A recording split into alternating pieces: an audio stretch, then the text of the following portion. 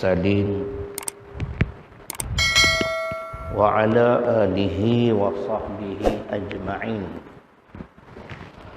رب اشرح لي صدري ويسر لي أمري واحلل عقدة من لساني يفقهوا قولي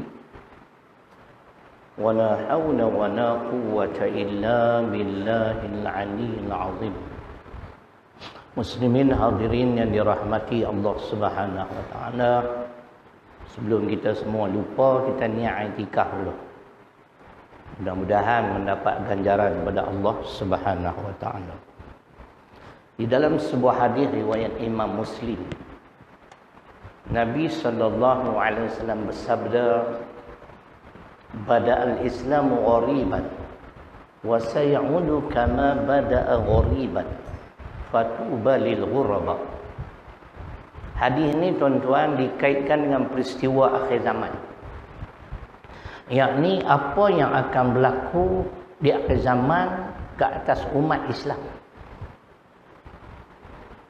Riwayat Imam Muslim yang bermaksud Islam bermula dalam keadaan dagang. Dan Islam akan kembali dagang. Berbahagialah orang-orang yang dagang. Maksudnya macam ni. Mula-mula Islam berkembang di bumi Mekah ni selama 13 tahun. 40 orang saja yang beriman. Itu pun selepas peristiwa Isra' wal Mi'raj, ramai yang murtad pasal tak percaya. Kemudian apabila berhijrah ke Madinah, disambung oleh para sahabat yang 4, ratusan ribu orang Arab memeluk agama Islam. Hari ini jumlah umat Islam di bumi ataupun di planet kita ni 1.8 bilion, 1,800 juta daripada jumlah penduduk 7 bilion. 1.8 bilion tu orang Islam. Tetapi malangnya, sebagaimana yang disabdakan oleh Nabi sallallahu alaihi wasallam, memang ramai. Tapi di akhir zaman, agama Islam yang kita anuti ini menjadi agama yang seolah-olah agama yang asing sebagaimana peringkat permulaan di Mekah. Orang Islam sendiri di akhir zaman tak kenal dengan agama dia. Itu maksud dia. Kalau kita beramal dengan ajaran Islam, orang berasa pelik. Kalau pagi, petang, siang, malam pakai jubah macam ni lah, ni tak pakai serban lah, ish, awak dia ni, dia rasa pelik. Kalau duduk tengah mesyuarat ni, kita berhenti sat nak pergi semayang, dia pun rasa pelik. Tu maksudnya tuan-tuan. Jadi kita kiah ngerilah dalam soal-soal yang lain macam tu juga. Orang hantar anak pergi sekolah agama, nak kerja apa, nak makan apa, rasa pelik. Duk hafal Quran ni, esok nak kerja apa, nak makan apa?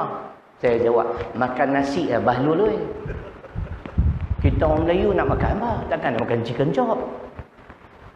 Ni yang kata Islam hari ni. Tuan-tuan, peringkat awal dulu di Malaysia, bila ada satu kumpulan ini, dia beramal dengan ajaran Islam, saya tak mahu sebutlah kumpulan tu. Kita sendiri pun masa tu bahasa pelik. Tengok isteri mereka dengan berjubah, dengan furdah. Ini main mana? Sampai ada kata hantu kum-kum pun ada. Oh, bahasa pelik.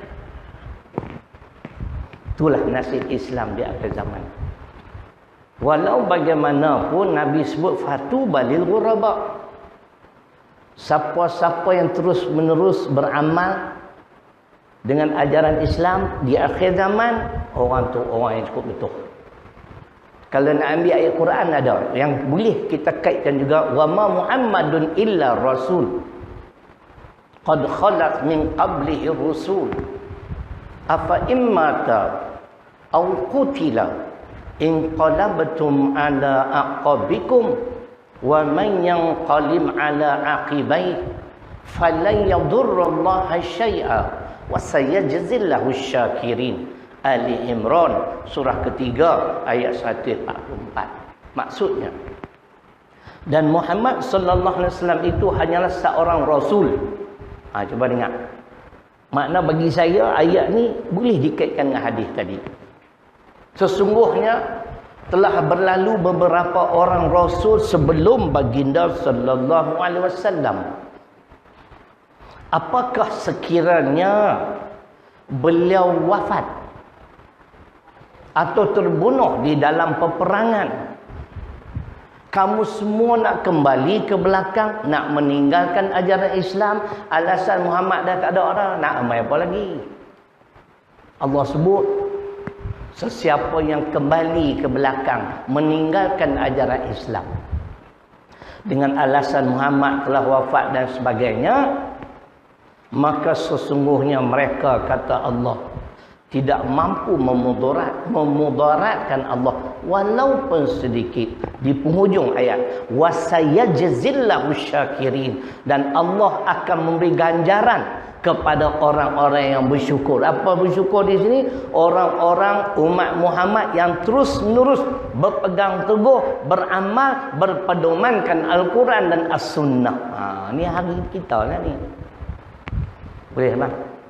Bang, boleh tak? Itu cerita dia.